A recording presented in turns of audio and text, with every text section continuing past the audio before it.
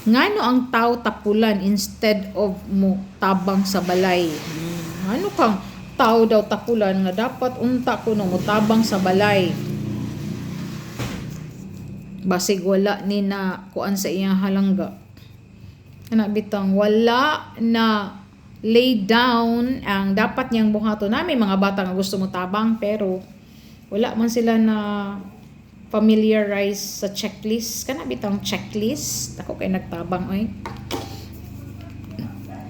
Sa kapapel, nakasulat dito ang oras.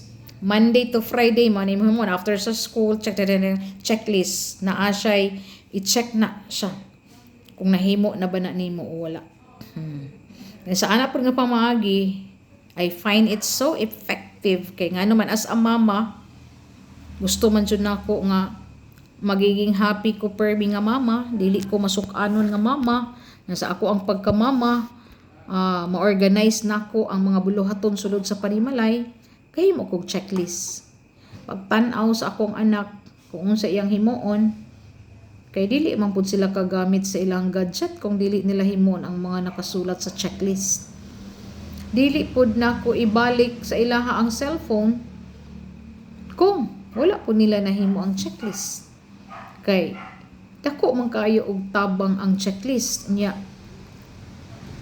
Ang disiplina sulod sa panimalay nga mayong ka nga 9 o'clock na ana sa ako ang kamot ang inyong mga cellphone. O wala po'y klase pagkaugma. Alas 8 sayo kay ko manguha og cellphone. 8 lang ta kay para maka-rest dayon. Total kung ugma wala may klase din nahimo na ang mga buluhaton nga nasa checklist sayo mo makagamit sa inyo ha cellphone. Istoryahan na ra gyud. Naapoy time nga ilara kong patulogon dayon wala man na nabalik ang cellphone. Tulog na manggod ka ma. Wala. Close tabi ang imong kwarto mao niya ko ani ko pwede ra man sa ilalom nimo gipa-slide na may giwang ang door. Sabot naman ta nga pa-slide na siya. So, kung Lunes karon, Wednesday na mo magkita sa imong cellphone. Alam siya anak. Wala man po kanito man sa sabot. Saan po na ako nga koan.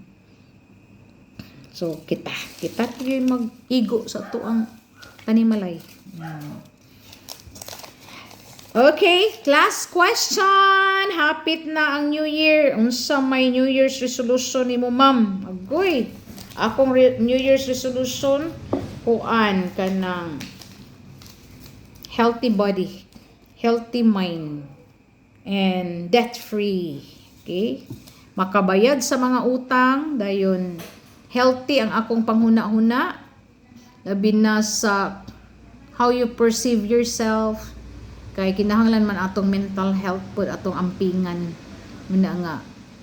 Unsay akong ginahimo, mag-read og mga books.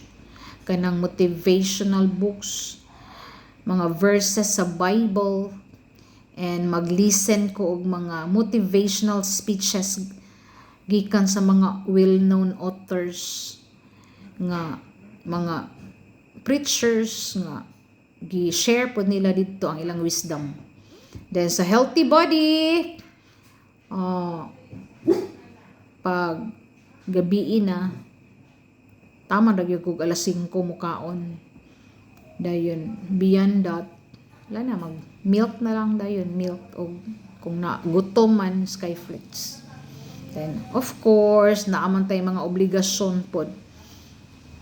Mga nahulaman na kwarta. So, goal, mabayaran siya.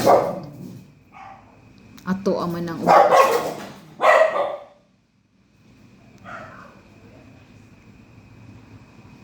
Okay?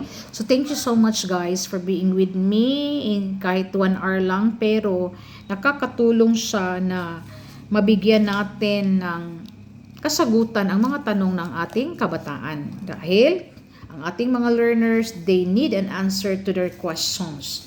Kaya diha sa pag-answer nato sila mga questions, dili lang ma-feel nila nga valued sila, nga gitagaan sila pagtagad kun dili makakuha gid sila og mga idea nga ang atong mga learners empowered sila. Kabalo mo unsay empowered, dili sila pwede madaog-daog kay kabalo sila silang mga rights, kabalo sila kung asa sila mo lugar, kabalo pud sila mo sorry, mo apologize kung naa sila mga sayop.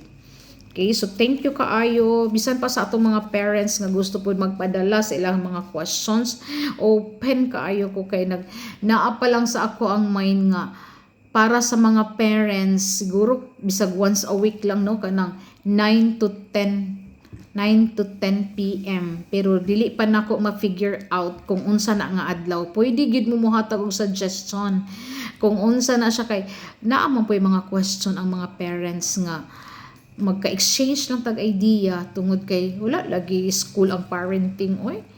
Pero makakuha ta og wisdom sa usag-usa bisan ako kulang paghihapon ko.